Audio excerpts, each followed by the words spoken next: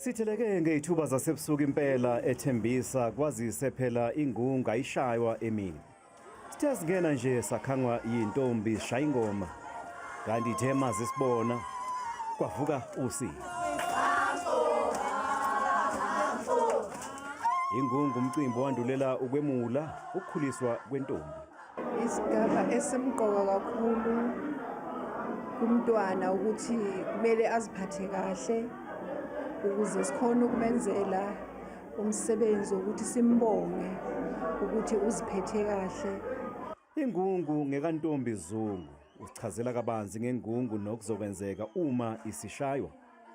Ingungu inokuthi ihluke eindaweni kuya ngokuthi ekini nenza kanjani, kodwa ke thina sizoyibeka nje ebhodweni lesizulu, abanye bayayibamba bese ke iyashaywa ngezandla.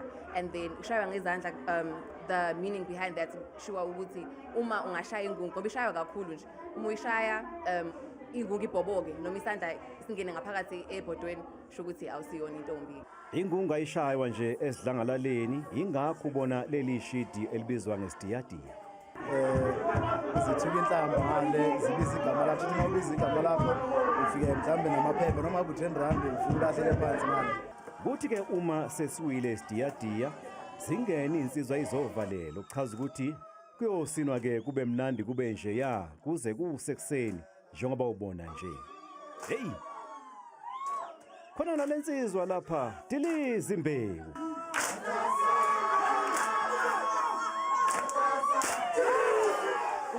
Ngabangani uze wedwa la emhlabeni and iyahambeka le ndlela le, akukho lula, but be patient.